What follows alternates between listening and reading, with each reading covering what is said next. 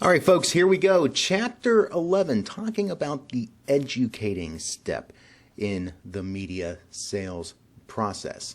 Now, the concept of presenting implies a one-way presentation of facts and figures. This is the old term that was used in the media sales process, putting together a formal presentation of sorts. But the problem with that is that it doesn't really foster communication. It doesn't really give the sense that we're giving the people that we're talking to in an attempt to make a media sale the opportunity to ask questions, raise concerns, that sort of thing. And especially now where many things in the sales world have become really complex with digital media sales in particular, we're transforming, probably a better word, transforming from this idea of just flat out presenting to going to more educating, because educating requires a two-way dialogue that's further enhanced by the power of asking questions and listening effectively. It's also in harmony with the teaching, tailoring, and taking control approach to selling. So this chapter is going to focus on, yes, providing information, presenting information, but we're also trying to do it with the mindset of making sure that the client knows what it is that they're getting into. The concept of educating rather than presenting is cognitively consistent with the selling as serving approach and the notion that we tend to be happier when we get intrinsic value from our work as opposed to getting extrinsic value. What that means is that we feel more connected to our work. We feel like we're a part of it, that we have some sort of ownership and investment in it as opposed to being some outside separate thing from us. So that's really what we're trying to go for here. Salespeople tend to feel better about helping others, about helping customers be successful, and helping them get results rather than trying to manipulate or persuade them. Basically what we're saying, we feel better. It is about feelings and emotion and not so much about data or numbers. You can find data and numbers very easily on your own, but trying to interpret that, trying to put a personal element to it, give it some meaning and significance, that's really what we're trying to do here. The rational choice theory assumes that people make rational decisions based on facts. But there's a problem with that theory. The theory doesn't adequately describe human decision making or human nature. Our emotions do cloud our judgment, and that's not always necessarily a bad thing.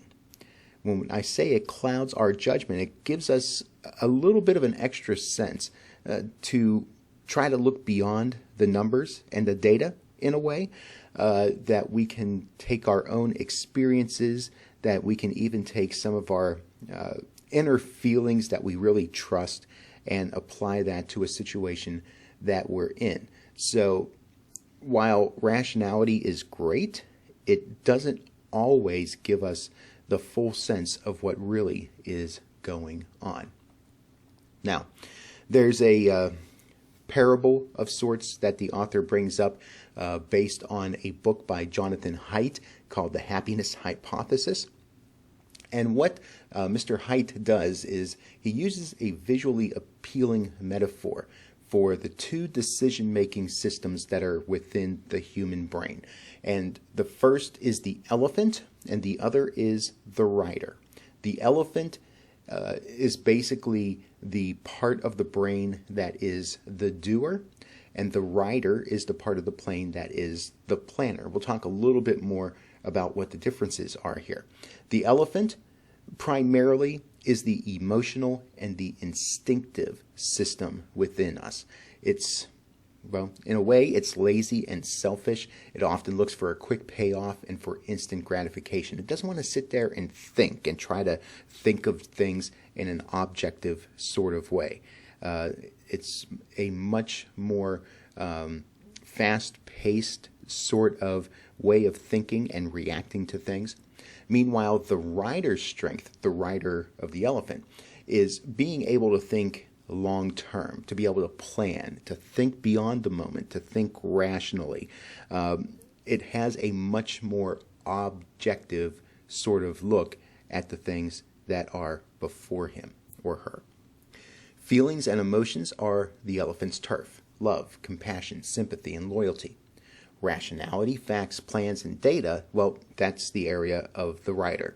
So again, these two different personas, the rider, the elephant, they're within the same person. So it's just a matter of how you appeal to somebody. And sometimes one has a strength more on one side than the other.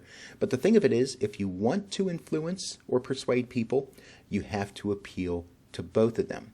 You have to keep in mind that the elephant, the emotional system, usually is going to be more powerful than the rider, more powerful than the rational side.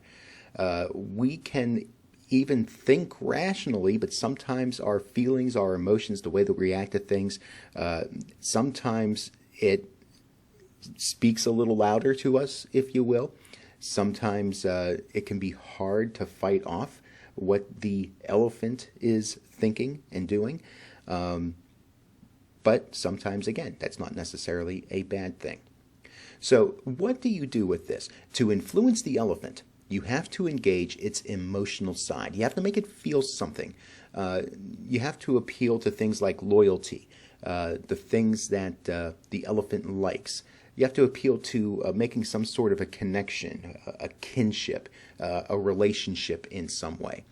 Meanwhile, if you're trying to persuade the rider, you have to provide crystal clear directions. You have to provide things like facts and data. You have to be able to make logical arguments that take a look at things rather removed from the emotional side. There's an article titled The Business Feeling Index put out by the Financial Times. And in this article, they state 3 stages in a business-to-business relationship. First off, there's the pre-contact or the research phase. This is confidence, being the feeling that is the most important thing for deepening consideration. Basically, what we're seeing here is that during this pre-contact phase, this research phase, you're trying to provide that thing that customers want and need. They need to have credible proof that you own your expertise. So basically, before you even reach out to a potential client, you need to have your ducks in a row. You need to have a little bit of information already on your side. Secondly, there's the initial conversation. And the important thing here is that you participate actively in listening, and also you want to do alignment. This makes customers feel understood. Lack of expertise was the most likely trait to derail a deal, according to those that participated in a survey. So again, we see here that having a certain amount of knowledge and expertise is going to be rather important. And then the third stage in a B2B relationship is working together. And in this stage, clients want you to feed their learning. They want you to expound your knowledge in a way that helps them to be able to understand exactly what it is that you are proposing to them and what sort of thing they actually want to think about in terms of whether an investment is something they want to get into. Confidence builders, when working together, these are some things that are helpful in this regard, and these come from the textbook. Being proactive, taking the first step. Sometimes that in and of itself speaks volumes. Frequent and candid communication. Be quick and timely and responsive when reaching out after someone's reached out to you. Don't let too long of a period of time go before getting back to somebody. Make sure the communication is active. Also, active listening and adaptability. How well do you pay attention to what's being told to you? How well do you flex based on different needs and scenarios? Honesty and transparency. Are you real? Be real. Humility. is important. Don't let your ego get too far in front of you. Setting and abiding by clear goals. Have things in writing, on paper, on purpose, and make sure that those things are adhered to. Demonstrating an in-it-together attitude. It's not just about you, but that you're incorporating the needs of the other side. And then finally, showing empathy.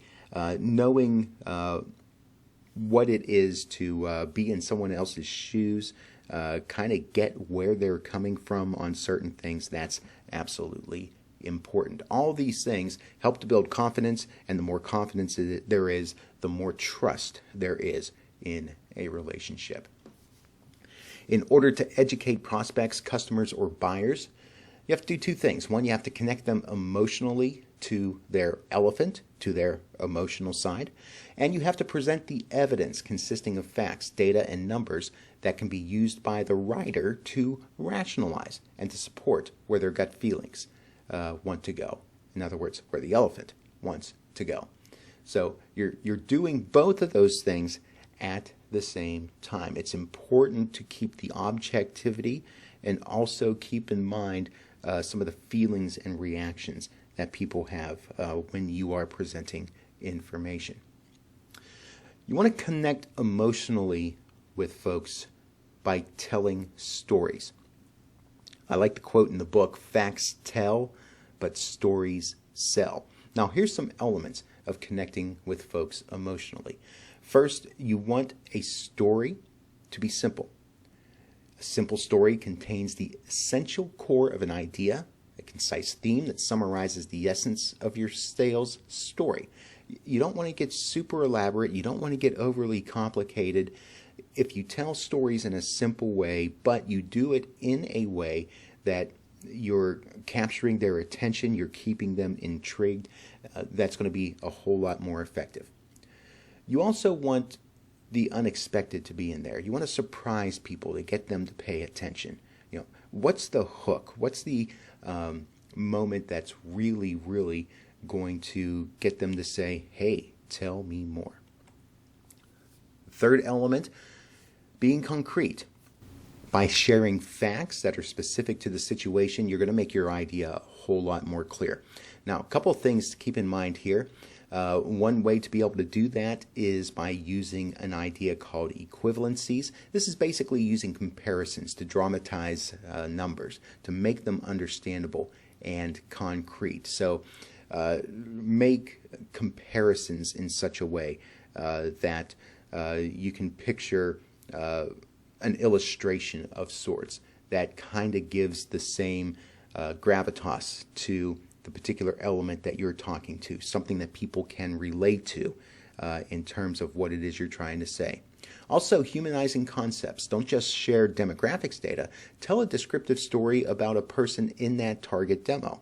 So, if you're trying to reach out to a business that has a product or service that is appealing to working mothers, instead of saying that your medium reaches out to working mothers, talk about a specific working mother in a specific scenario that ties in with that particular business and what they're trying to do. That's going to make things much more real and alive to them as you're talking with them. You also want things to be credible. Make numbers credible by using an analogy that is tangible for people. This is somewhat related to the concrete aspect, but you're also using a bit of verification here. It's almost a bit of evidence in a way. And then the emotional aspect of things. Engage their feelings. Use the power of association. You appeal to their identity. Tug at the heartstrings a little bit. Don't over-dramatize things. Make sure that the feelings are appropriate, but appeal to people on an emotional level. We're wired to feel things for people. So personalize your presentations. Talk about the personalities that you have at your media outlet, radio, TV, the writers that you have. And many times their credibility will help to stand out, and people feel an emotional connection to those that they have heard on the radio, seen on TV, read some of their written works, whatever the case may be. And then with stories, learn to tell simple, unexpected, concrete, credible, emotional stories. We talked about case studies in Chapter 9. These are basically customer success stories. Why they are so powerful is, basically it's a testimonial of sorts from someone that has been in the position that the current potential client is looking to get into. And if someone else did it and had a good amount of success, they can expect the same thing. All right, let's take a break here. At this point, we'll hop into the second part of the notes over in the next video.